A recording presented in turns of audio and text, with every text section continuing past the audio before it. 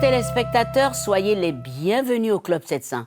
Eh bien, se retrouver, c'est toujours un plaisir pour nous tous. Je parle de toute l'équipe et de votre ami personnel, le pasteur Raymond Kofi. Et c'est toute une bénédiction, merci. Ça va? Oui, ça va. Et toi? Très bien. Alors, nous... tu brilles en soleil, là. Ah, hein? Merci, c'est un compliment. Merci. Alors, les amis, je crois que vous êtes contents et nous aussi parce que nous gardons le sourire avec vous. En fait, nous voulons vous rassurer de l'amour de Dieu, manifesté en son Fils Jésus-Christ. Et vous parlez en ce moment de l'histoire de Walker, dont le mari de sa mère maltraitait horriblement.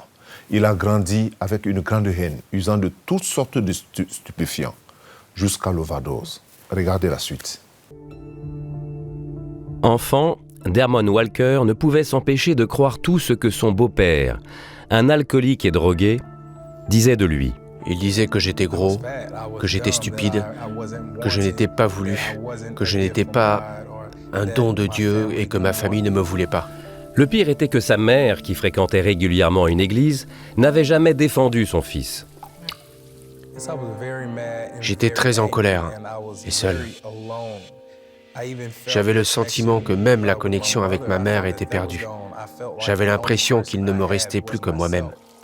Dans l'espoir de recevoir des félicitations ou des encouragements, Dermon a travaillé dur pour avoir de bons résultats scolaires, mais en vain. Parfois, j'avais même l'impression que Dieu n'était pas là. J'étais l'enfant qui se sentait seul et avait l'impression que personne au monde ne l'aimait.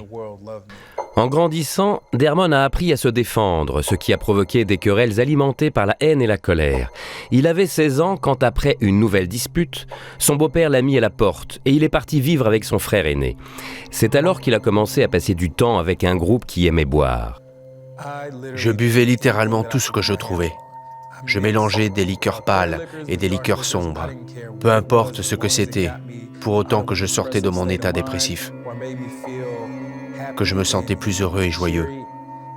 Pour autant que cela m'aidait à traverser cette journée ou cette nuit, je le buvais. Petit à petit, Dermon est devenu exactement comme son beau-père, un alcoolique amer et colérique qui abusait et menaçait verbalement ceux qui l'entouraient.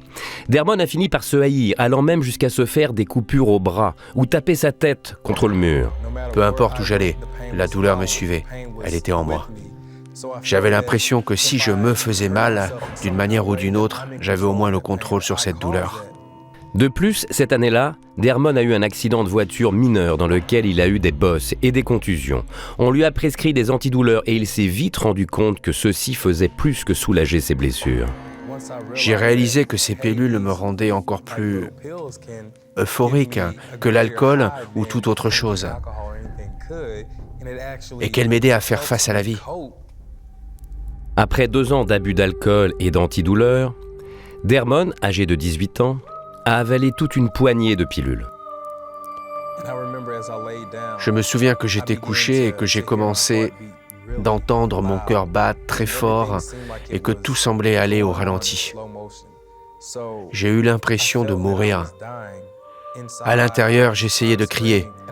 J'ai entendu battre mon cœur très lentement et j'ai dit « Seigneur, s'il te plaît, si tu me sauves ce soir, je ne ferai plus jamais ça. Seigneur, s'il te plaît, sauve-moi. » Puis je me souviens uniquement que je me suis évanoui. Le lendemain matin, je me suis réveillé et j'ai juste dit « Merci Dieu de m'avoir sauvé. Je ne ferai plus. » Avec un rayon d'espoir, Dermon a cessé de prendre des antidouleurs comme il avait promis. Et s'est même inscrit à l'université. Mais il avait toujours besoin d'alcool pour gérer la colère et l'amertume dont il voulait désespérément être libéré. Je voulais changer, plus que tout. Je voulais être quelqu'un d'autre, plus que tout au monde. Je ne voulais plus porter tout cela. Je ne voulais plus de toute cette haine. Ayant tout essayé, Dermon a accepté quand un ami l'a invité à l'église. J'ai essayé l'alcool, j'ai essayé les médicaments sur ordonnance, j'ai essayé la haine et l'amertume. J'ai tout essayé et j'ai pensé, pourquoi est-ce que j'essaie de résoudre ça moi-même? Pourquoi ne pas essayer ce Jésus dont tout le monde dit qu'il peut résoudre les problèmes et tout redresser? J'ai pensé, Seigneur, tu vas devoir t'en occuper, tu vas devoir m'aider.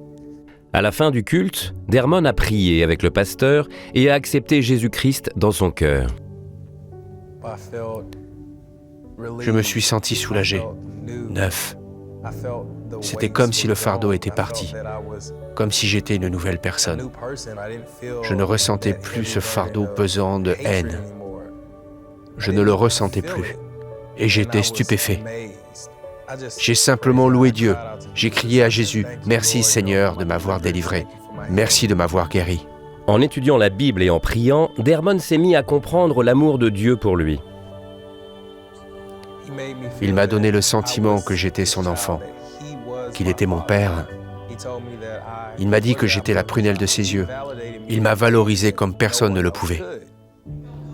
Dermon est aujourd'hui marié à Sabrina et ils ont un fils. Ensemble, ils ont une vie en Christ qui ne ressemble en rien au passé de Dermon. Jésus m'a libéré. Il a pris tous mes morceaux cassés et il en a fait quelque chose. J'étais brisé et il m'a réparé. Il m'a façonné et a fait de moi une nouvelle création. La parole de Dieu dit « La crainte de l'Éternel, c'est la haine du mal, et sans Dieu et le salut en Jésus-Christ, on ne peut pas comprendre ce qu'est le vrai amour. » Quand Jésus a dit « Laissez venir à moi les petits-enfants », c'était plus profond qu'une simple phrase. Comment un enfant innocent peut comprendre ce qu'il ne mérite pas? Bref, ici, nous voyons le résultat de cette maltraitance dans toutes les rues des villes de nos pays. Et quel remède, quelle solution? Seul Christ peut libérer les captifs, car il est le seul qui peut sauver parfaitement. Et il n'y a que la nouvelle naissance qui change le cœur de pierre en cœur de chair. Mon ami, si tu as un problème de colère, de haine, d'amertume, d'impardon, s'il te plaît, viens naître de nouveau. Viens naître de l'Esprit de Dieu et que cet Esprit de Dieu prenne le dessus sur le mal et soit sauvé par Jésus-Christ. C'est très simple. Il faut décider de donner sa vie à Jésus pour expérimenter la nouvelle naissance, afin que l'esprit de la loi de vie prenne le contrôle sur l'esprit de la loi du péché et de la mort. Être né de nouveau, c'est dire Jésus-Christ, je ne peux rien par moi-même, je t'accepte comme Seigneur et Sauveur. Pardonne-moi tous mes péchés et prends le contrôle de ma vie. Je te donne ma vie, mon cœur t'appartient. Si tu as fait cette prière, prends le livre de Jean, c'est ce que je te conseille pour connaître Jésus et sois béni. Merci, Massi. Amen. Suivez bien le conseil. Oui, suivez ce conseil. Mais gardez encore un regard sur nous. À tout de suite.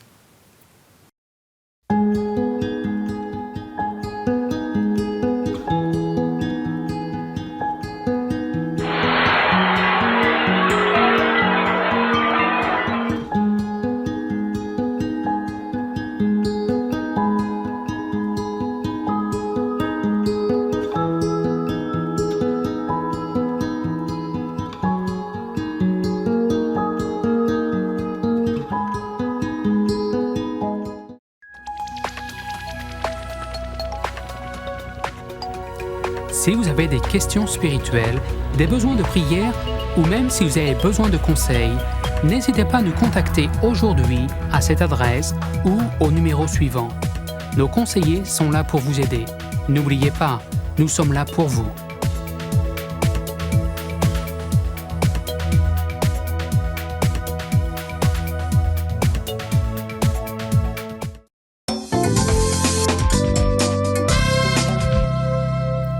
Bienvenue au Club 700.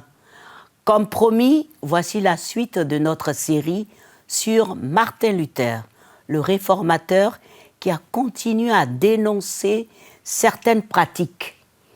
Et c'est la deuxième partie qu'il ne faut pas rater du tout. Regardez. Le 31 octobre 1517, Martin Luther, moine catholique et professeur d'université, a cloué 95 thèses à la porte de la cathédrale de Wittenberg en Allemagne, en réponse à la vente d'indulgences par l'Église. Cet acte unique compte parmi les moments à la fois les plus profonds et les plus incompris de l'histoire chrétienne, et a marqué le début de la Réforme. L'église du château était l'église du prince, c'était l'église officielle. Une grande et belle église. La porte de cette église servait en quelque sorte de tableau d'affichage pour toute la ville. C'est là que l'on plaçait les annonces. Et donc il s'agissait d'une annonce communiquée via le tableau d'affichage, appelant les gens à débattre. Luther demandait un débat académique sur les indulgences, et le pardon, et la grâce de Dieu. Le but n'était pas de créer une sorte de moment saint dans l'histoire comme nous l'imaginons. Un moment par lequel il défie l'Église et cloue les thèses sur la porte de l'église du château. Bien au contraire. Il exprimait simplement son sentiment qu'il était temps de débattre de ce sujet et son geste visait à exprimer un point de vue et à lancer un débat sur ce qui en avait terriblement besoin. Il ne s'agissait que de problèmes qui pouvaient être résolus et d'inquiétudes qu'il partageait avec beaucoup d'autres dans l'Église, aussi bien des membres du clergé que des laïcs. Ce n'était pas un document révolutionnaire. Ce qui a vraiment provoqué des problèmes, c'est la décision de Luther d'envoyer une copie de ses points de débat, accompagnée d'une lettre, à l'archevêque qui avait approuvé les indulgences, estimant qu'il devait être mis au courant. Les autorités ecclésiastiques ont condamné les thèses de Luther, mais ces écrits ont rapidement trouvé un public. Ces 95 thèses et autres sermons ont en effet été imprimés en masse par l'imprimerie de Gutenberg, nouvellement inventée. En un rien de temps, en quelques mois en fait, Luther est devenu un nom connu de tous. La réforme est alors devenue inévitable. Tout le monde parlait de Luther et de sa protestation contre les indulgences. Depuis Lisbonne au Portugal, jusqu'en Lituanie et presque en Russie, il est devenu un phénomène à l'échelle européenne. Luther était un écrivain très efficace et prolifique. Il savait très bien manier la plume, aussi bien en allemand qu'en latin. Et il a publié beaucoup de documents, de traités et de sermons directement après ses 95 thèses. Il est devenu une voix pour le peuple, pour l'homme de la rue. Si l'on considère l'histoire, c'est énorme. L'homme de la rue n'avait jamais eu de voix. Il n'y avait pas d'homme de la rue, il n'y avait pas de vox populi, il n'y avait pas de voix du peuple. Qui étaient les gens ordinaires? Il y avait le pouvoir, la structure du pouvoir, puis il y avait les paysans. L'idée que les gens ordinaires puissent avoir une voix était impensable à l'époque. Les 95 thèses de Luther dénonçaient la vente des indulgences, mais surtout, il appelait l'Église à revenir à Jésus et aux Écritures comme source de doctrine et de vérité. Il y est dit que le vrai trésor de l'Église est l'Évangile de notre Seigneur Jésus-Christ. Il ne se trouve ni dans les accomplissements des saints, ni dans les bonnes œuvres que je peux accumuler et placer sur mon compte en banque au ciel, ni dans les indulgences que je pourrais acheter. Le vrai trésor de l'Église n'est ni plus ni moins que l'Évangile, la bonne nouvelle de Jésus-Christ. Luther était profondément intéressé par un retour à la vitalité de l'Église primitive qui, durant 300 ans, a partagé l'Évangile, témoignant de la puissance de l'Esprit et surmontant l'Empire romain. C'est ce à quoi Luther aspirait. Une réforme vers une période passée. Il y avait beaucoup d'abus dans l'Église catholique. Mais la réforme ne visait pas uniquement à faire un grand nettoyage. C'est souvent comme cela que l'on raconte la réforme. Mais il y a eu beaucoup de réformateurs, même avant que Luther soit né, qui ont voulu prendre le balai pour balayer tous ces abus. Luther cherchait autre chose, quelque chose de plus profond. La réforme concernait fondamentalement la parole de Dieu. Mais quelle parole et quel Dieu ? Pour chaque question, Martin Luther s'en référait aux Écritures elles-mêmes. Il posait des questions et disait « Les docteurs de l'Église ont dit ceci, les conciles ont dit cela, les responsables de l'Église, y compris le pape de l'époque, ont dit ceci. » Mais que disent les Écritures elles-mêmes ? C'est cela, la grande contribution de Luther à l'aube de la Réforme. L'idée de l'Écriture seule. Nous devons revenir à la parole inspirée de Dieu pour juger de toute question dans l'Église. Pour chaque question que nous avons, concernant ce qui est approprié, ce qui est vrai, Luther nous dit « Revenons aux Écritures elles-mêmes ». Il cherchait sincèrement à aider l'Église, à être l'Église de Dieu. Il n'a jamais été contre l'Église. Au fur et à mesure que les choses évoluaient, les gens se sont mis à discuter avec Luther. Au cours de ces discussions, il est devenu de plus en plus certain de sa position et a parlé avec de plus en plus d'audace. Il a fait des pas théologiques qu'il n'avait pas prévu de faire. Il disait que les conciles de l'Église avaient été dans l'erreur dans le passé, que des décrets papaux avaient été des erreurs, des choses qu'ils auraient clairement considérées comme hérétiques. Ils ont redoublé d'intensité et lui ont dit de plus en plus « Si tu ne te rétractes pas, si tu n'admets pas t'être trompé, tu provoques des dégâts. Tu seras excommunié, étiqueté comme hérétique et hors la loi par le Saint-Empire romain. » L'Église participait au gouvernement civil à l'époque. Elle a donc bien sûr appelé non seulement à une enquête, mais encore à une condamnation de Luther et des points qu'il a soulevés. La réforme initiale de Luther ne visait pas à se séparer de l'Église, mais à la changer et à la débarrasser de ses abus. C'est en 1520 qu'il a décidé que l'Église ne pouvait plus être réformée et qu'il devait opérer une rupture nette par rapport à celle-ci. Le pape l'a donc excommunié et lui a donné un certain laps de temps pour se rétracter. Il a attendu jusqu'au dernier jour, puis il a pris la bulle papale ainsi que des livres de droit canonique et on a fait un feu de joie à Wittenberg avec tous ses étudiants. Et ils ont tout brûlé. En 1521, l'empereur romain Charles Quint, des princes et des responsables de l'Église se sont rassemblés pour la diète impériale à Worms en Allemagne. Luther a bénéficié du libre passage et a reçu une dernière occasion de se rétracter. Pour les autorités, Luther était un hérétique. Pour l'homme du peuple, c'était une vedette. Durant la diète de Worms, Luther était traité comme un héros. Il dit que c'était comme son dimanche des rameaux, qu'il allait sûrement être exécuté dans la semaine. Les gens l'adulaient. Ils auraient pris sa photo s'ils avaient eu des iPhones. Tout le monde voulait apercevoir ce héros. Il faisait sensation. Il était vraiment, d'une certaine façon, la première célébrité de l'histoire du monde. Tout cela prenait donc des proportions qui dépassaient de loin ce que les autorités avaient cru possible. Ils n'avaient jamais vu un phénomène comme Martin Luther. À Worms, l'Empire a confronté Luther à ses propres écrits, des écrits qui critiquaient le pape et les conciles de l'Église. Martin Luther, ces papiers sur la table devant vous, ne vous sont-ils pas familiers? En fait, n'êtes-vous pas l'auteur de chacun des ouvrages sur ces tables? Vas-tu te rétracter, oui ou non? Je ne peux pas me rétracter. Ce n'est pas possible. La vérité et mon amour pour Dieu m'empêchent tout simplement de me rétracter.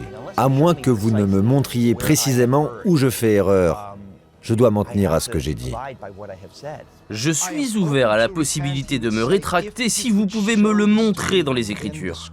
Puis, pour finir, il a fait cette déclaration extraordinaire. Il dit « Voilà ma position, je ne puis faire autrement. » Et ce qu'il veut vraiment dire, c'est « Je ne peux que garder ma position fondée sur la vérité et la puissance de la parole de Dieu. » C'est le moment dont nous nous souvenons, où il se tient face au pape et face au Saint-Empereur romain. C'est un moment très dramatique et courageux parce qu'il est entouré de toutes les puissances de l'Empire. Nous savons ce qui est arrivé à Jan Hus 100 ans plus tôt, quand il a été excommunié et condamné. Il a été mis à mort. Il craignait plus Dieu que ce que les hommes pouvaient lui faire. Ainsi, toutes les puissances du monde réunies contre lui ne l'impressionnaient pas. Il a dit « Je sais que Dieu m'a appelé à annoncer ces choses. Je n'ai pas peur de ce que l'Église, le roi ou l'empereur pourraient me faire. J'ai peur de ne pas dire ce que Dieu m'a donné à dire. » C'est un saint appel. Ce niveau de foi est vraiment inspirant. Quand nous voyons quelqu'un qui sait que Dieu est réel et qui sait que la vérité de Dieu est réelle, belle, grandiose et glorieuse, et que rien ne pourrait être pire que de rester silencieux quand c'est le moment de parler. Il n'allait pas se taire. Voilà ma position. Je ne puis faire autrement. Que Dieu me vienne en aide. Après avoir pris position pour la parole de Dieu, Luther a quitté la diète de Worms comme hors-la-loi aux yeux de l'Église et de l'Empire romain. Son sort et son message reposaient désormais entre les mains de Dieu. Ah oui, c'est très difficile de mesurer, Massi, l'impact de l'histoire aujourd'hui, quand on regarde ce réformateur et tout le courage qu'il animait pour dénoncer comme ça publiquement. Et insister que Jésus-Christ a déjà payé tout le prix. Donc, ce n'est pas la peine d'ajouter quelque chose, de payer quelque chose, de réclamer quelque chose. C'est comme si on ajoutait une œuvre. En fait, à ce que Jésus a déjà fait. tout à fait. Et ça, c'était important parce que ça a libéré beaucoup de personnes qui, à cette époque-là, n'avaient pas les moyens de payer pour des choses, pour donner tel montant Tout à fait. ou tel nombre de messes. Voilà, pour acheter ceci, parce Voilà. que la justification, en fait, il se basait sur l'œuvre de la Voilà. croix pour Et démontrer. Jésus avait déjà tout payé à fait, tout. c'était important. Et ça va continuer, donc les amis, nous n'avons pas terminé, hein. Ce grand libérateur va être encore au goût du jour la semaine prochaine et ne nous quittez pas tout de suite.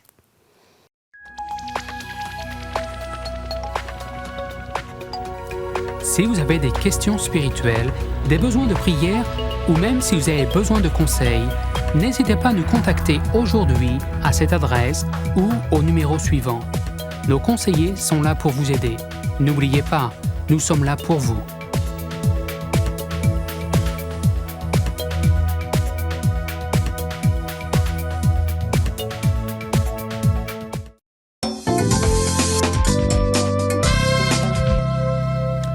La relation avec Dieu. De nos jours, les hommes sont trop occupés, nous tous d'ailleurs. Ils n'ont pas le temps à donner à la prière et à la parole de Dieu. Ou alors, ils le font de façon très superficielle. Et un jour, l'heure approche où ils devront mourir. Diront-ils aussi, nous n'avons pas le temps de mourir, c'est la question. La mort attendra-t-elle qu'ils aient terminé leur travail? Ne trouvons-nous pas qu'il vaut mieux la peine de prendre tout le temps, ou bien un peu de temps, d'entrer dans une relation intime avec celui qui seul pourra nous aider à traverser la vie et à affronter cette expérience après la mort? Il se révélera à nous dans la prière et au travers de sa parole. Alors nous connaîtrons ce qu'il parle de sa paix et nous serons sauvés. Car comme quelqu'un l'a dit, dans le profond silence de mon âme, je trouve mon ciel et mon Dieu. C'est une citation. Dans la mesure où nous réalisons cette intimité, nous trouvons la paix, joie et le ciel sur cette terre. Cela pourtant ne pourrait pas nous aider ces jours-là si nous ne connaissons pas le Seigneur.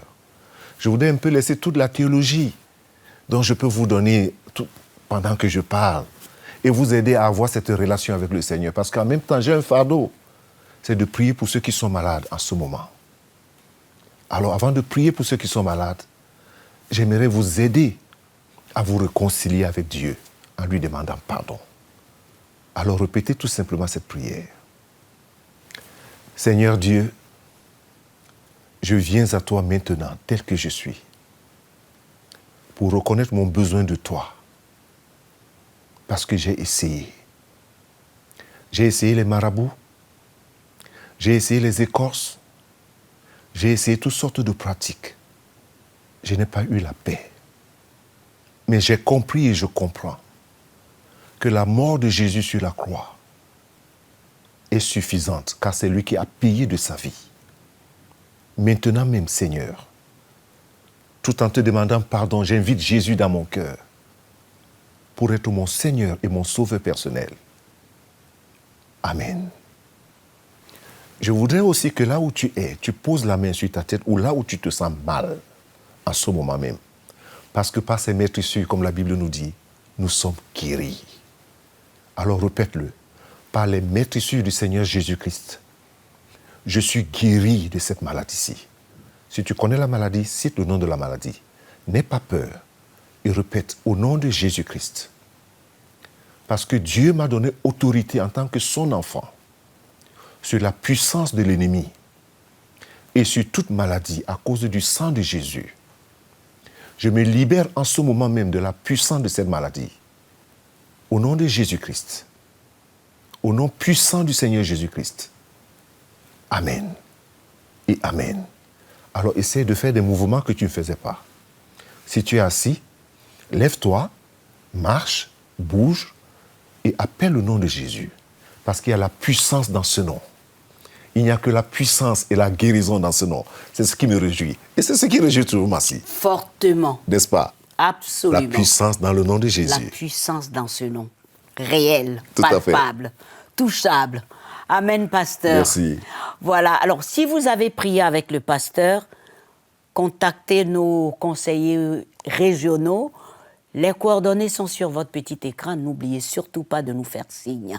Je vous amène rapidement aux Philippines où bébé JD a failli perdre la vie. Regardez.